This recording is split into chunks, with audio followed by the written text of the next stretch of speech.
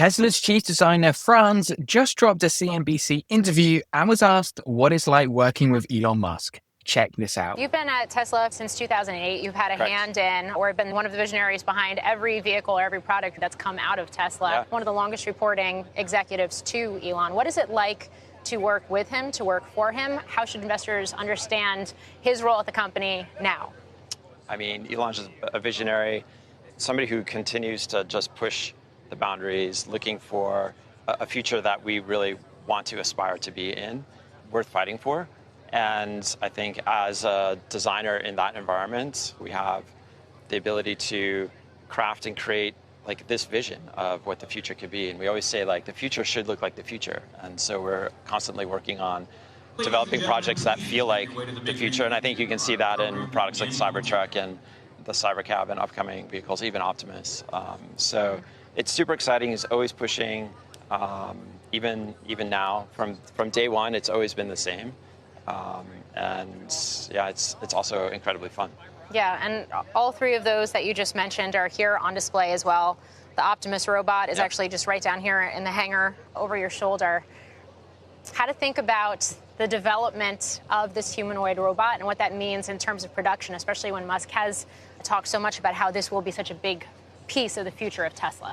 Yeah, it's going to be a huge piece of Tesla, but I think a huge piece in our world as we look into the future. The ability to take menial tasks and things that you don't necessarily want to do and have them offloaded to somebody, a human that can do that. And so we've been designing the robot that really looks at how humans work in the world. This world is designed around humans. And so I think having a robot that can do the things that humans can do can really start to take those menial tasks away and enrich our lives, make our lives better. We get to spend more time doing the things that we love. Is Optimus performing the way you anticipated this far along in the journey? What still needs to happen to get it to the point of truly being humanoid and on factory floors and in people's homes? Yeah, I mean, it's been incredibly fast-paced, but the progress is like unbelievable in the short amount of time that the team has been working on it. And we've been growing the team and building the project at the same time. The things that we're working on are really incredible, and I think we're breaking ground in this space every day. The team is really energized and fired up. Elon's incredibly involved in this, and it's a great project to be a part of. Seeing where the future of humanoid robots is going to go and how it's going to enrich our lives is super exciting. Cybercab is also on display here. What does the ramp look like for Cybercab, and should we expect any sort of design changes or tweaks along the way? Basically, what you can see here at the summit is what we showed at the 1010 event last year. And it's using the full self-driving stack and capability that are in all of our vehicles.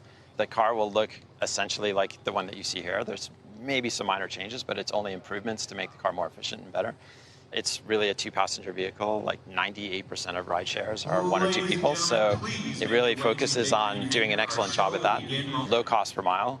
And yeah, I think it's going to be a game changer when we get that on the road. We're going to see the sub $30,000 vehicle. And if so, what does that mean for the design ethos of that vehicle? Vehicles and always trying to get the best costs out of them. You know, Model 3, Model Y, we're continuing to take costs out of them, but enrich the overall experience. I think you see some of the improvements in the recently launched Model Y, and it's a better car for equal or less price than the previous version.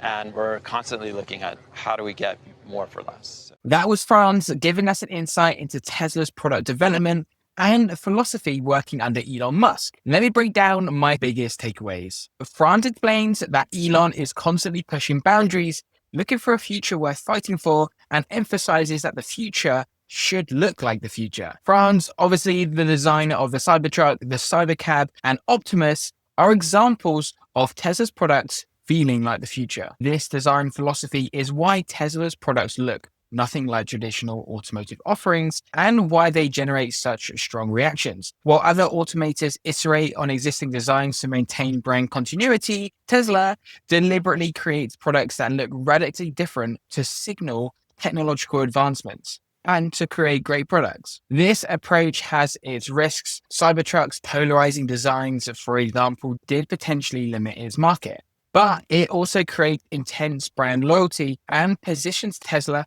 as an innovation leader. The emphasis on making products look futuristic isn't just aesthetic, it's strategic positioning that separates Tesla from traditional automakers who prioritize familiar designs overbold statement. Franz says Optimus will be a huge piece of Tesla, but also a huge piece of the world's future, explaining that the robot is designed to handle menial tasks and enrich people's lives by taking away work they don't want to do. The humanoid robot opportunity could eventually dwarf Tesla's automotive business if they execute successfully. Franz emphasizes on designing robots that work like humans in a human-designed world rather than designing robots for specific environments. This approach makes the addressable market enormous because it means Optimus could work in any factory, warehouse, or home without infrastructure changes.